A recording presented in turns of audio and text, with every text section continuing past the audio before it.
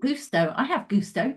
Hi, Michael. Welcome. I don't think you've joined before. Mytel. Yes, no. Mary, nice to have you here join us. Definitely come across you, and I'll just let Emma in who's coming. So I'll come back to the chat and watch it in the background. So let me get going. So this is all about how to make mentoring work in your organization. So I'm obviously assuming that you are interested in doing that, or it's something that you're doing and you want a few tips on it. This is going to be based on, I guess, some of the experiences that I had back in the day. So perhaps if I introduce myself and my previous role.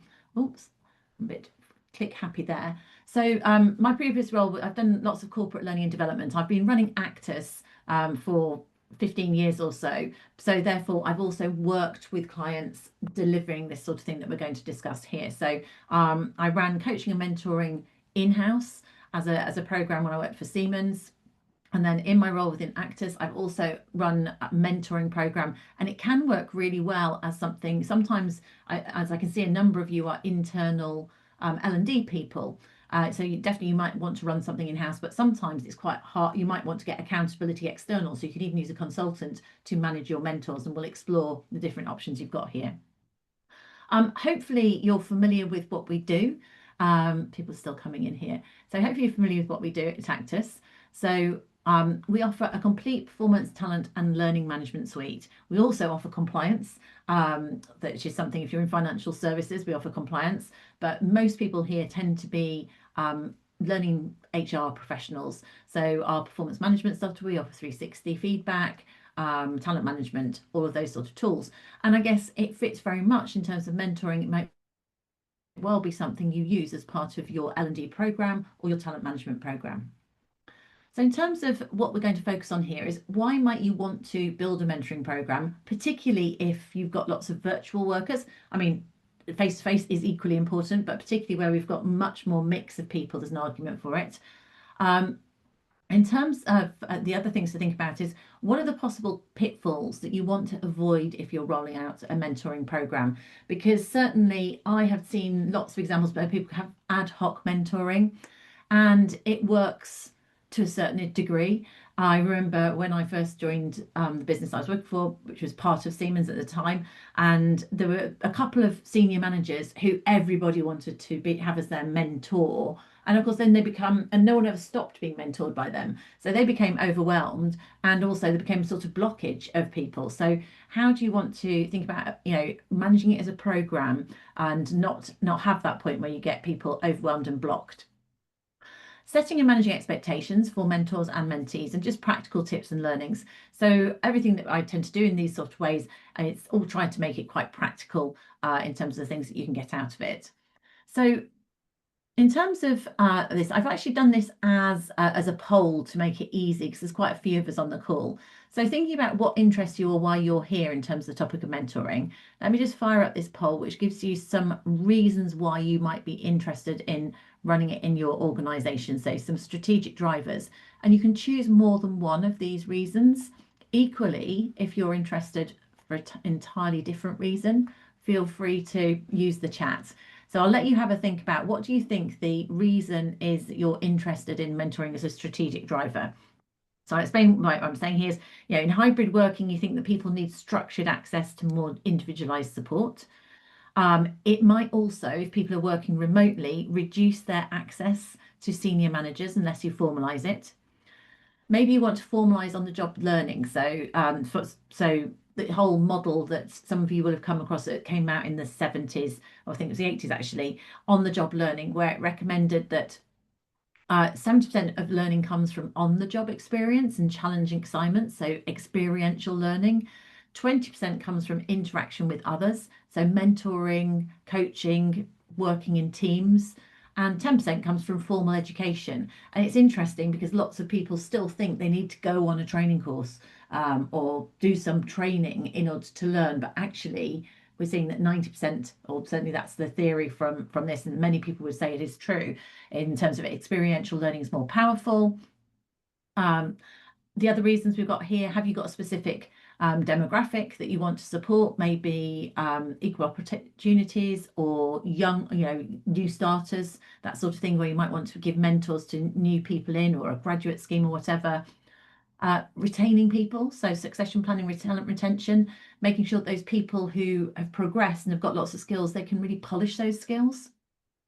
So there's lots of things, or some people, it might just be time. Actually, it's the thing, you've done lots of things to develop your organization, and it's time you formalized mentoring.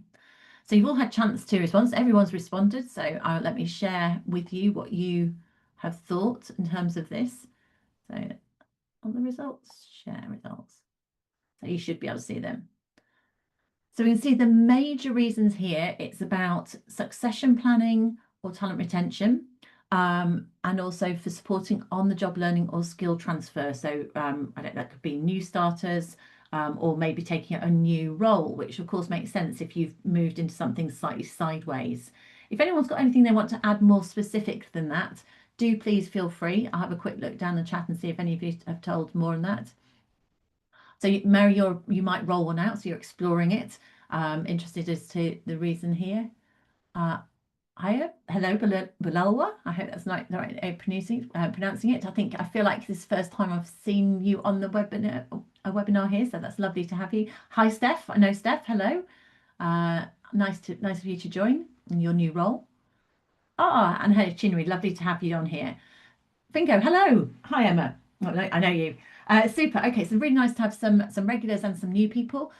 So lots of you put succession planning or talent retention, or to support on the job learning. So do put, if you've got any reason, anything specific, what type of talent is it you're looking for? Mary, you said you're thinking about doing it. Why specifically? So interested to know what your specific strategic driver might be. And it's even if you don't know right now, maybe that's worth thinking about, because one of the things in my experience, and obviously it's just my opinion, is that you need to manage. Mentoring isn't a thing that you just kind of go and be mentored. It's a bit like performance management. If you just go and do continuous conversations, well, that's something and nothing. People don't really know what continuous conversations is, and in reality, what that can mean is that nothing happens. And it's similar with mentoring. Say, oh, you can be a mentor, have a mentor. If you don't formalize it in some way, in my opinion, then there'll be pockets of brilliance and a majority of it fizzles. So it's how do you make it work properly? And that's really what I'm going to share the tips with you that I learned, I suppose, through trial and error, but then the model that I'm just going to share with you, I found worked really effectively. So the common issues.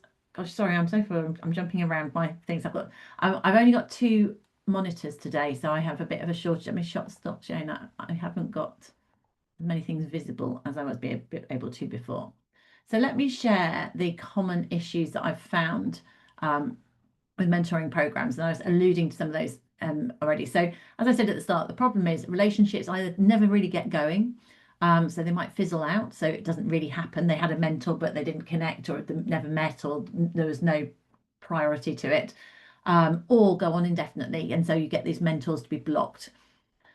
Either party isn't committed to the relationship, so the commitment's not there. They're not prepared to invest the time, so they don't get value out of it. It's too ad hoc, so the expectations around frequency are just not clear. Therefore, does it happen? It's a bit informal. The value isn't maximized. An organization can run out of mentors. If you don't have any outputs or structure, it's really hard to measure the value of it, which again makes people less likely to be prepared to invest in it again, or if they don't get value out of it. And you find that if you do mentoring really well and someone has a great mentor, they will be much more likely then to pay it forward to be a good mentor for others. Whereas obviously if it's not really much, that it doesn't happen particularly effectively, it's not managed, they don't have a great experience, then they're not going to understand how to role model that in the future. Mentors vary in skill and motivation, as do line managers. So you want to get the right people with the right attitude and also give them the skills. And it's just inconsistency. So those are familiar things that I hear. I don't know whether any of you've heard any of those sort of things. Mary said that you want to do it to help managers grow, to have that sounding board, the challenger or affirmer, skills development and extra support.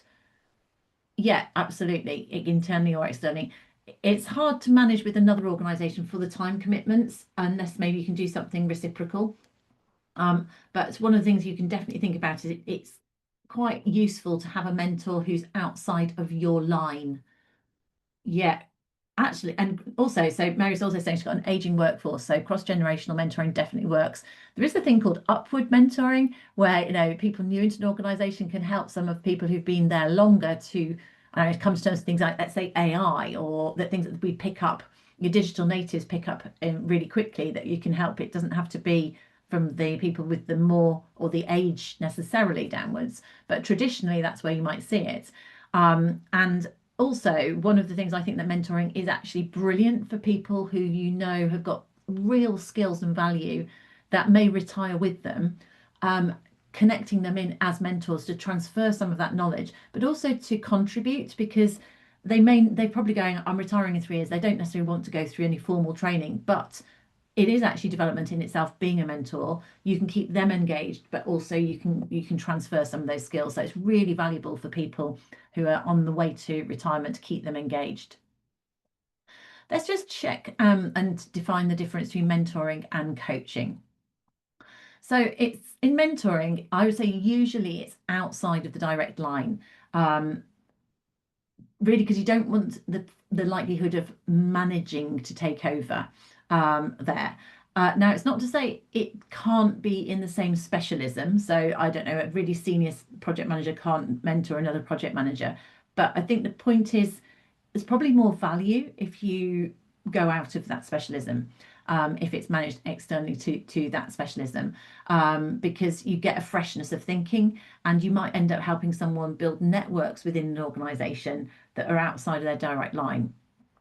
I'm just hearing myself as I'm saying this say that this is certainly something that's feels like the organisation's got to be of a certain size on the whole to make this work. I'm thinking at least 50 people. A real SME, it would be relatively hard to have mentors plural, or you've got less choice in terms of that. It's not saying mentoring as an activity can't happen, but this tends to fit better in more sort of slightly larger organisations. But when you've got a mentor, they might share their personal knowledge, their expertise and experience. It's probably more formal and structured than a line manager coaching, where you'd expect line managers to be coaching in a one-to-one just regularly. So it's more of a defined relationship, and you want to put in place, ideally, I would recommend a defined cadence or frequency of the mentoring meetings. However, a mentor should be able to coach, as in have coaching skills, as in stimulate thinking through using really open questions, but they may also share and suggest information. This is really important, because you don't necessarily want a mentor who's telling you what to do all the time. And this is how I should. So you want them to be able to listen, to put themselves in the other person's shoes, not to just dictate. But they've got coaching skills, but they don't feel that they do feel they can give advice. Whereas a coach, that's not necessarily the case. And some coaches would really stay away from giving advice. So mentoring, you might see they are more likely to provide guidance and advice that are in the interests of their mentee. Now, coaching, it could be a line manager who does coaching, or it could be an external coach who who in that situation doesn't need to have any direct experience or knowledge of that person's ability. You don't need specialist technical knowledge in terms of coaching. And I think the difference here is what I'm saying is that sometimes it's useful to have a mentor who has specific expertise, because you can tap into it. But coaching, usually the coach is going to follow a process, whether it's grow or something else. It might be then focusing in on something that's maybe a specific behavioural competence that the individual wants to develop, and to think about scenarios and talk to them about how they can develop those behaviours in different scenarios. Their role is really about encouraging their coachee to think for themselves and problem solve for themselves through asking them challenging questions, etc. So both a mentor and a coach would use what I would describe as coaching skills, but the role of a mentor, it's slightly more advisory, whereas the coach is more sort of encouraging the individual to. Now, I mean, that's not black and white, but that's the way I would define the difference. So a quick look here. Yeah, Steve, you need more senior PMs to start mentoring some of the project controllers. And the thing is, you need to get the people who are willing to do that and willing to share their knowledge, but also to make sure they don't just dictate. So it is that challenge in terms of that. sharing knowledge is pointless. So both Lisa and Lisa, we've got similar position there for both Lisa and Steve. So what do you need to think about if you are setting up a mentoring program? What do you think? I mean, I've given you a few clues. Use a chat. What sort of things have you thought about that you might want to include if you're setting up a mentoring program? Or what stopped you doing it in the past? What are the challenges? Is it about finding them? But let's assume that you've got a pool of mentors and mentees.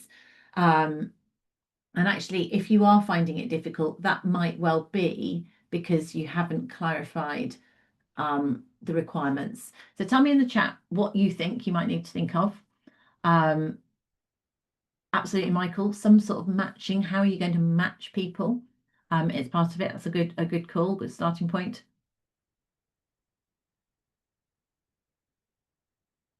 So training for the mentors, boundary setting, time out of normal duties, support for the mentors, absolutely, Mary. Language barriers, yeah, to put skills there if that turns that.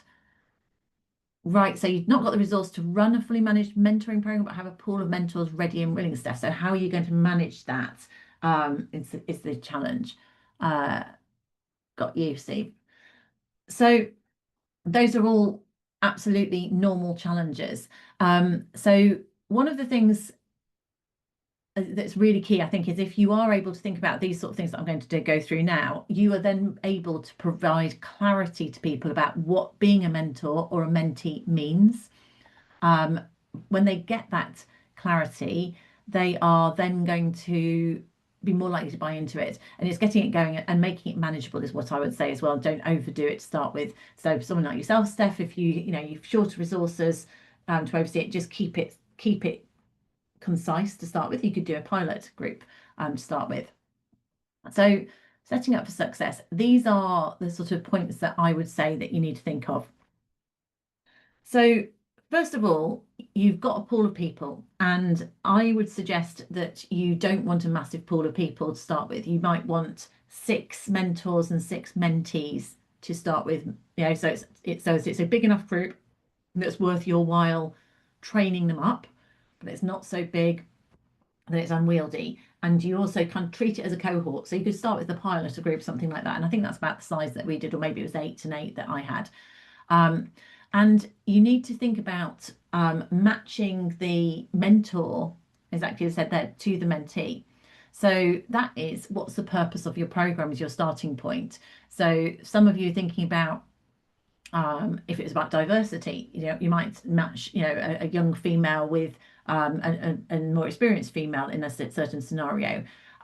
Or it could be, if you're wanting to be skill development, then it's more likely to be in the same skill area. So the project management example, you get an experienced project manager mentoring a less experienced one, but maybe in a different sector or industry. So you get things, or maybe it has to be in the same industry. Thinking about the purpose is going to help you technically match your mentors and mentees.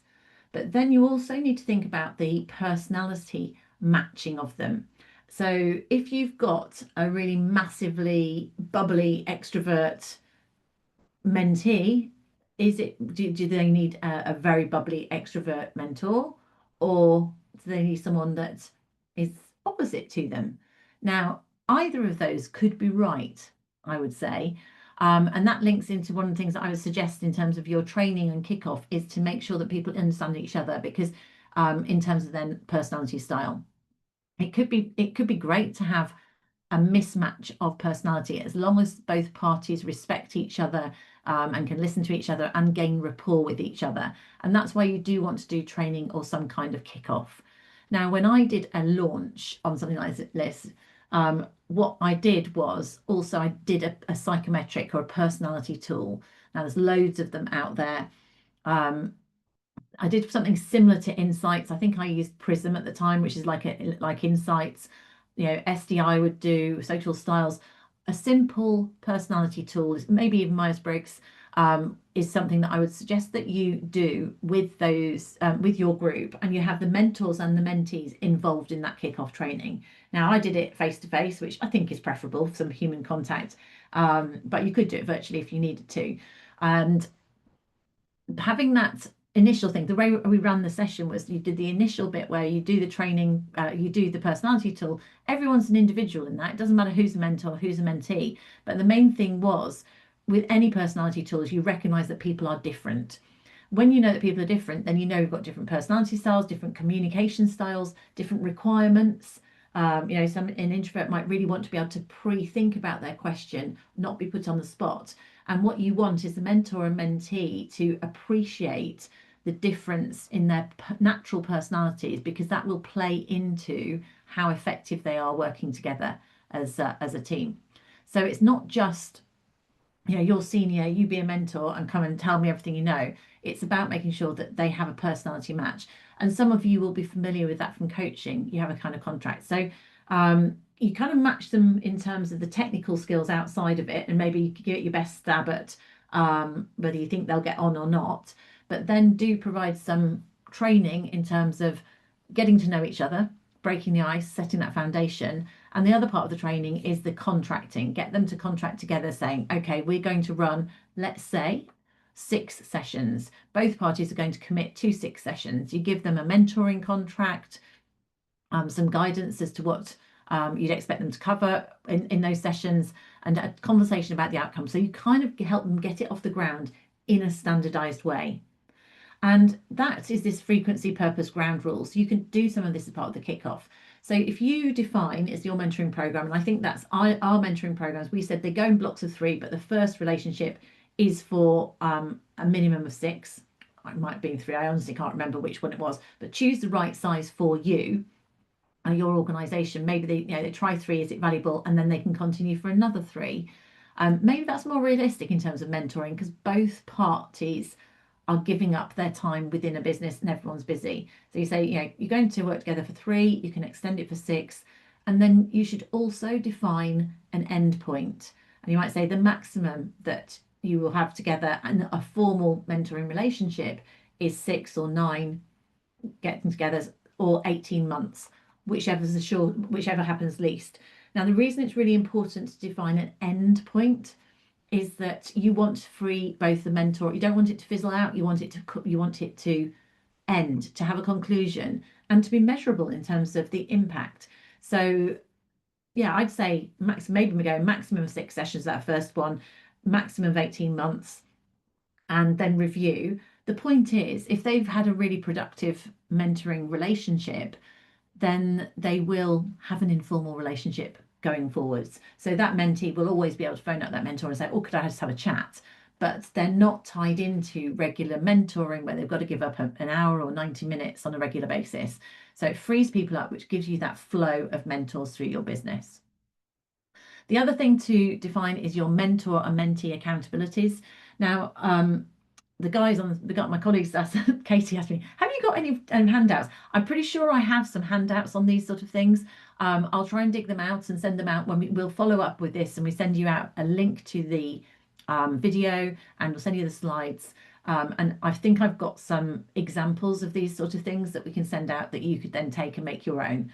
So yes, I'll send that. You can make use of it, assuming I can dig it out. So you need to make sure that both parties have their mentor and mentee accountabilities. They know whose responsibility it is.